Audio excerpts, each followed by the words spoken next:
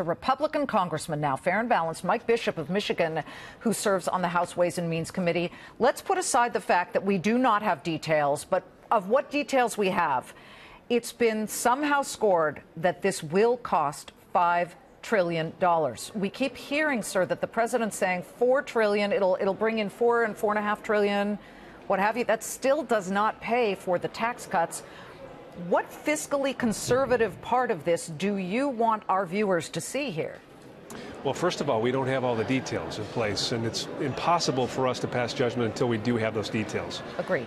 I'd also say that, this is about growth, putting this economy in a position for growth. And as a fiscal conservative, I would rather have money in your pockets, in the pockets of job providers, than I would the federal government. It's gone upside down over the past years. It's been 31 years since we've had any kind of tax reform. We're long overdue, and all this speculation is all part of the grand scheme to torpedo this before it comes out of the gate, and it's unfair. I challenge these critics when it comes to this final document that we're going to vote on.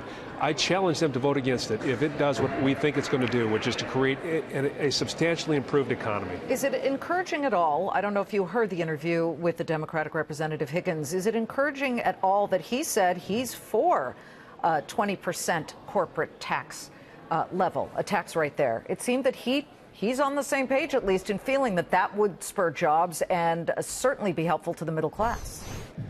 Everyone knows that this will be helpful to their constituents. This is something that all members, regardless of your party affiliation, this is going to come down to politics and not policy. Unfortunately, it's whether or not Nancy Pelosi lets her members vote on this. And if they do, if they're allowed to vote their conscience, I can guarantee you this will be bipartisan and it will be overwhelming.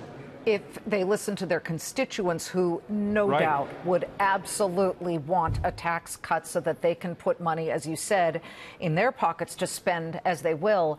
But again, the last time, and it's been decades since we actually had a budget surplus, was under President Clinton, and he had both cut and then hiked tax rates.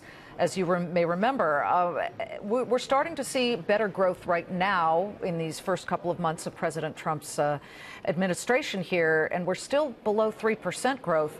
We know that it's time to try something different, but the government's got to run, and that means it's got to have revenue. Where are you going to get that revenue? We need to reinvigorate this economy. We need to jumpstart this economy and get involved in the global economy. We have not changed our tax code since 1986. The iPhone wasn't invented yet. It's time that we do that, make our environment here more competitive, bring the money back that's parked overseas, get our job providers ready and willing to invest in their company and to grow their business, to hire people, to pay their workers more. That's how you grow an economy, and that's how you do it from the ground up. And we believe that this plan will do just that. And finally, Congressman, this 401k issue has a lot of people very concerned. I've had more people call me and say, Liz, what are they going to do to our 401k? The president getting on Marine One to go to Texas, he today said, well, maybe that's a point of negotiation and a compromise of changing people's 401ks. What can they expect there?